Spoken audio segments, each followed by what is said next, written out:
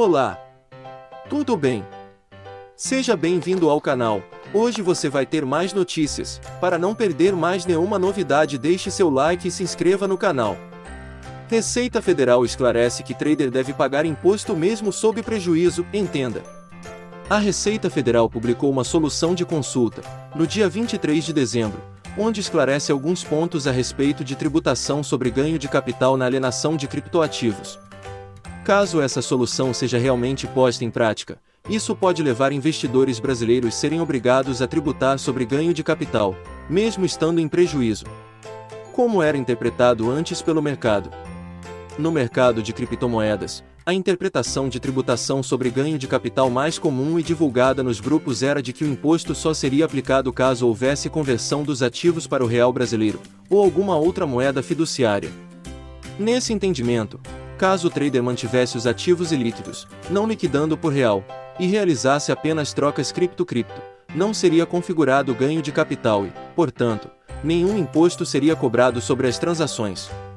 O que diz a solução de consulta da Receita Federal?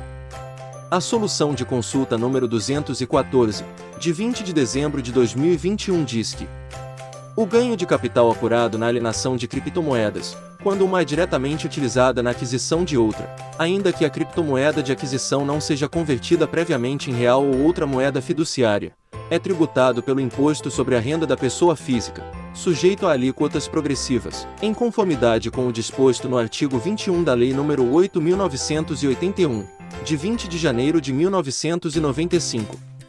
Explicando que, caso haja ganho de capital, lucro, durante a troca de uma criptomoeda por outra, a tributação pelo imposto deve ocorrer mesmo que o ganho não tenha sido realizado, liquidado, pelo real brasileiro. O problema criado pela Receita Federal. O problema dessa nova interpretação é que a métrica para ganho de capital não é medido pelo resultado do par, mas pelo resultado do par convertido em real. O que faz toda a diferença. Cada criptomoeda pode possuir uma cotação independente entre elas e também entre o BRL. Seu preço não necessariamente acompanha a variação de uma com a outra em real brasileiro, o que pode trazer inconsistência na apuração dos ganhos e do que é considerado lucro ou prejuízo. Vamos utilizar duas negociações hipotéticas de Bitcoin, BTC, com o USDT, stablecoin da Tether baseada no dólar norte-americano, como exemplo, mas isso se aplica de forma ainda mais drástica quando utilizado ativos mais voláteis entre si. Cenário 1. No primeiro cenário, vamos considerar que o preço do USDT perante o real brasileiro, BRL, permaneça inalterado, onde $1 igual a R$ 5,50. Trader compra 45k USDT por 247,5 mil reais e mantém na exchange. Quando o BTC USDT igual a 45k, ele compra um BTC. Quando o BTC USDT igual a 60k, ele troca tudo por 60k USDT. Trader obteve 15k USDT de lucro. Como o preço do USDT BRL não mudou, ele tem o equivalente a 330 mil reais, com um lucro de 82,50 mil reais, que irá ser cobrado imposto de 15%, ou 12,37 mil reais.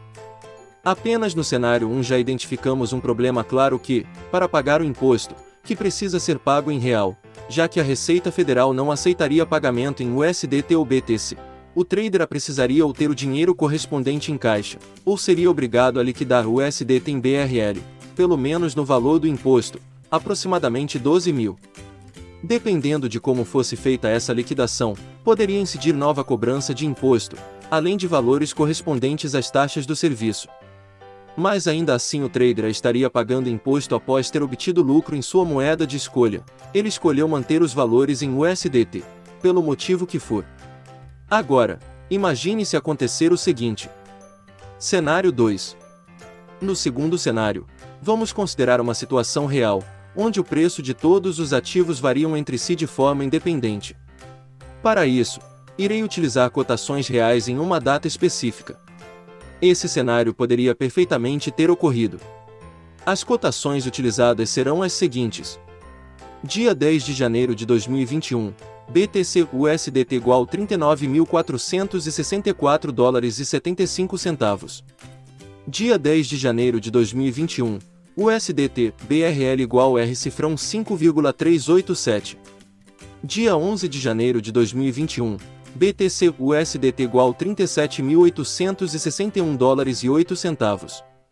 Dia 11 de janeiro de 2021, USDT BRL igual R cifrão 5,670. Trader B possui todo o seu controle patrimonial com base em USDT e o transforma em BRL apenas quando extremamente necessário. Ele possui outras fontes de renda. Trade B compra um BTC no dia 10 e 01 usando o USDT, equivalente a R$ 212.596,61 aos olhos da Receita Federal, que considera apenas o real brasileiro como métrica. Trader B, por seus próprios motivos, decide alienar esse um BTC por USDT no dia 11 e 10, assumindo o prejuízo de 1.603,67 USDT. Ele antes tinha 39.464,75 USDT e agora tem 37.861,08 USDT. Mas como o USDT subiu em relação ao BRL, aos olhos da Receita Federal, os USDTs de Trader B agora equivalem a R$ 214.672,32, configurando lucro, o ganho de capital, de mais R cifrão 2.075. 71. Será cobrado imposto de R$ 311,36 sobre essa movimentação que gerou prejuízo em USDT ao Trader B. Ele não tinha intenção nenhuma de alienar o USDT por BRL nesse momento, mas agora é obrigado a fazê-lo, sob coerção e ameaça de ser penalizado caso não o faça. O USDT foi utilizado como exemplo, mas a lógica vale para qualquer par. Se você está gostando de ter essas informações, apoie o meu trabalho deixando seu like e se inscrevendo para eu continuar trazendo informações úteis para o seu dia a dia. Voltamos às notícias. Um trader que mantenha seu controle patrimonial em Bitcoin poderia ter prejuízo em satoshis ao operar com altcoin em um cenário parecido e ter de pagar imposto sobre um ganho em real que nunca ocorreu. Arbitrariedade e não universalidade na interpretação. Ao interpretar o artigo 21 da Lei nº 8.981, de 20 de janeiro de 1995 dessa forma descrita na Solução de Consulta número 214, a Receita Federal demonstra arbitrariedade e não universalidade em sua relação com as criptomoedas e os sistemas financeiros existentes. Eles decidem que ganhos de capital ocorrem mesmo quando o capital não foi realmente ganho através da alienação e liquidação do bem na moeda vigente, o BRL. E decidem considerar as criptomoedas como dinheiro quando é de seu interesse e desconsiderá-la quando não. Essa decisão e interpretação é uma aberração legal que aumenta drasticamente os riscos envolvidos na negociação de criptoativos, buscando criar barreiras artificiais e inviabilizar algumas operações com o fim de desincentivar a negociação de criptomoedas. A utilização de artifícios arbitrários como estes acaba permitindo uma proibição da atividade de forma indireta e discreta, mesmo que a proibição legal realmente nunca ocorra. O que dizem os escritórios de contabilidade? De acordo com Ana Paula Rabelo e João Carlos, @Liberte Contador no Twitter, contadores especializados em tributação, essa interpretação esclarecida pela Receita Federal já é normalmente aplicada pela maioria dos escritórios de contabilidade no Brasil. Em conversa com o contador libertário, ele me informou que uma solução de consulta não é uma normativa nova. Nada mudou em relação às normativas tributárias nem legais sobre o tema, que já era aplicado dessa forma. A solução de consulta é uma resposta oficial, por parte da Receita, após questionamento por parte dos contribuintes. A recomendação profissional é que os traders mantenham sempre seus controles em BRL, real brasileiro, para evitar problemas fiscais. Obrigada por assistir o canal.